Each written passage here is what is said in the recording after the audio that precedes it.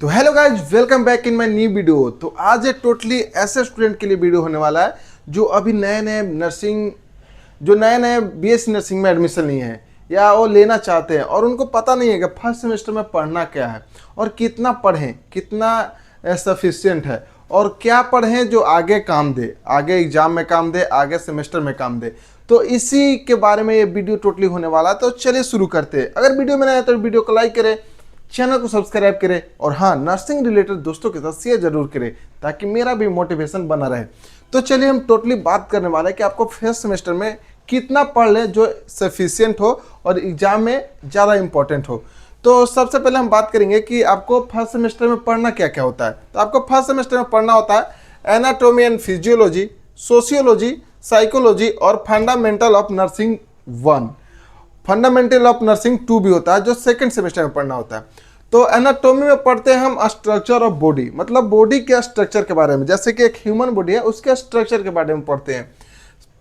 और फिजियोलॉजी में हम पढ़ते हैं फंक्शन ऑफ बॉडी, मतलब कि जो बॉडी है, ह्यूमन बॉडी है, जो आपको मेरे ह्यूमन बॉडी दिख रहा है उसके फंक्शन के बारे में पढ़ते हैं कि जो बॉडी ऑफ फंक्शन कैसे करता है, जैसे कि मूवमेंट कर रहे तो क्यों करता है, जो या कुछ डिजीज हो जा रहा है तो क्यों होता है, उसके मतलब ओवरऑल आप समझ लो कि बॉडी के फंक्शन के बारे में आपको फिजियोलॉजी के बारे में पढ़ना होता है। सोशियोलॉजी मतलब सोशल लिविंग के बारे में पढ़ना होता है कि सामाजिक में क्या चल रहा है, सोशल में क्या चल रहा है, सामाजिक में मतलब सोशियोलॉजी में आपको जो सामाजिक होते हैं, सामाजिक के जो भी मूवमेंट होते हैं उस चीज़ के बारे में पढ़ना होता है।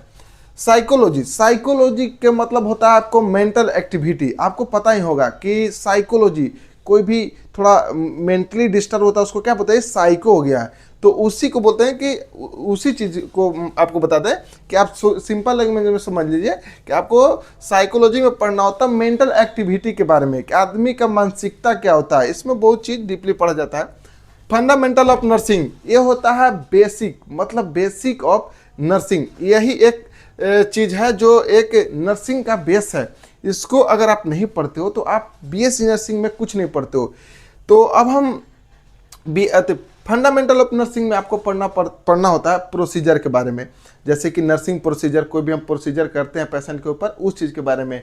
प्रोसीजर में जो आर्टिकल्स यूज होते हैं उसके बारे में, किस तरह से आर्टिकल को अरेंज करते हैं उसके बारे में, आर्टिकल्स को यूज करते हैं किस तरह से, कौन से आर्टिकल्स को कब यूज किया जाता है, इस चीज़ के बारे में, जिसको हम पढ़ते हैं फंडामेंटल ऑफ नर्सिंग में। तो ये तो हम बात हो गया कि कौन सा चीज़ कब पढ़ते हैं। अब हम बात करेंगे कि आपको ज़्यादा यूजफुल कौन होने वाला है, कौन सा चैप्टर आगे ज़्यादा यूजफुल होने वाला है। तो आपको हम बता दें कि इससे बोला ही गया है कि basic of nursing, fundamental of nursing को बोला ही गया है कि बेसिक ऑफ नर्सिंग एक बहुत ज़्यादा आपको इंपॉर्टेंट होने वाला है, क्योंकि इससे ज़्यादा क्वेश्चन आपको कॉम्पिटेटिव एग्जाम में भी पूछे जाते हैं। तो फंडामेंटल ऑफ नर्सिंग में आपको इंस्ट्रूमेंट, प्रोसीजर के बारे में, बहुत सा पोजीशन के बारे में, पेशेंट को जब हम केयर करते तो कौन सा पोजीशन देते हैं, सब बहुत सारे चीज़ों के बारे में पढ़ने वाले। अगर आप आगे पढ़ोगे तो आपको पता चलेगा। और इसको साइकोलॉजी के बारे में आपको बता ही दिया कि मेंटल एक्टिविटी के बारे में पढ़ना होता है, इसको सोशल सामाजिक एक्टिविटी के बारे में पढ़ना होता है। और फिर एनाटॉमी एंड फिजियोलॉजी, ये भी बहुत ज़्यादा इंपॉर्टेंट है क्योंकि इसमें पढ़ना होता है स्ट्रक्चर ऑफ बॉडी के बारे में, इसमें पढ़ना होता है फंक्शन ऑफ बॉडी के बारे में। तो आपको जो नर्सिंग में पढ़ना होता है, थर्ड सेमेस्टर में पढ़ोगे, फोर्थ सेमेस्टर में पढ़ोगे, फिफ्थ सेमेस्टर में पढ़ोगे, उसमें आपको पढ़ना होता है डिजीज के बारे में। तो जब आप कोई भी ह्यूमन बॉडी या कोई भी लिविंग बॉडी है उसके बारे में आपको फंक्शन या स्ट्रक्चर पता ही नहीं होगा तो आप उसके डिजीज के बारे में कैसे पढ़ सकते हो या कैसे जान सकते हो। इससे पहले आपको ये बहुत ज़्यादा इंपॉर्टेंट है, आपको एनाटॉमी एंड फिजियोलॉजी को बहुत केयरफुली पढ़ना होगा और ध्यान से पढ़ना होगा ताकि आपको एमएसएन को पढ़ने में तकलीफ ना हो, जो मेडिकल, जिसे मेडिकल सर्जिकल नर्सिंग भी कहते हैं, उसको पढ़ने में तकलीफ ना हो और ज़्यादा कठिनाई ना हो, आपको सिंपल लगे कि इस चीज़ के बॉडी के बारे में हमको पता है। जैसे कि फ्रैक्चर पढ़ रहे हैं तो हमको बॉडी पार्ट्स के बारे में पता है, ह्यूमरस, रेडियल, अल्ना, इसके बारे में पता है तो हमको मतलब ज़्यादा समझ में आएगा। कोई टीचर बताएगा तो हमें ज़्यादा समझ में आएगा कि हाँ इस चीज़ के बारे में बात हो रहा है, इस बॉडी पार्ट्स के बारे में बात हो रहा है। हमको कार्डियक के बारे में पता है तो कार्डियक डिजीज पढ़ाई होगा तो हमको पता चलेगा कि हाँ ये कार्डियक डिजीज के बारे में बात हो रहा है, कौन से वाल्व के बारे में बात हो रहा है। मतलब अगर आप एनाटॉमी एंड फिजियोलॉजी आपका सही होगा तो आप एमएससी अच्छे से पढ़ोगे। अगर आपका फंडामेंटल सही होगा तो आप कोई भी प्रोसीजर है, कोई भी केयर है, उसमें कौन से आर्टिकल्स यूज होते हैं उसके बारे में आपको अच्छे तरह से पता होगा। और साइकोलॉजी को इम्पोर्टेंस दिया जाता है। अगर आप 5th सेमेस्टर में जाते हो तो उसमें आपको मेंटल पढ़ना होता है। 5th सेमेस्टर में अगर आप जाओगे तो उसमें मेंटल पढ़ना होता है, उसमें आपको साइकोलॉजी ज़्यादा आपको हेल्पफुल रहेगा। अगर आप साइकोलॉजी यहाँ अच्छा से पढ़ते हो तो उसमें आपको ज़्यादा हेल्पफुल कर सकता है।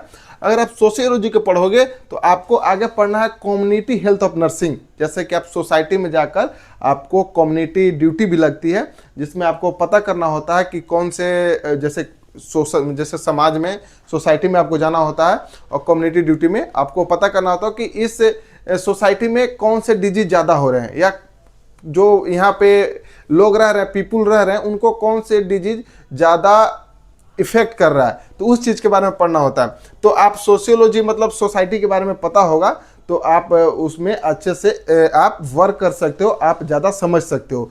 तो आपको यही था इम्पोर्टेंस इस सारे सब्जेक्ट का। तो जो आपको पता चल गया होगा कि आपको किस चीज़ पे ज़्यादा फोकस करना है। तो ऐसे ही और वीडियो के लिए हमें सब्सक्राइब करें, और आप बताइए कि आपको और क्या जानना है सेमेस्टर वाइज या ईयर वाइज, या किसी चीज़ के नर्सिंग रिलेटेड कोई भी टॉपिक के बारे में आप हमें कमेंट कर सकते हैं। और इसी तरह वीडियो के देखने के लिए हमारे वीडियो को लाइक करें, चैनल को सब्सक्राइब करें और अपने दोस्तों के साथ शेयर करें।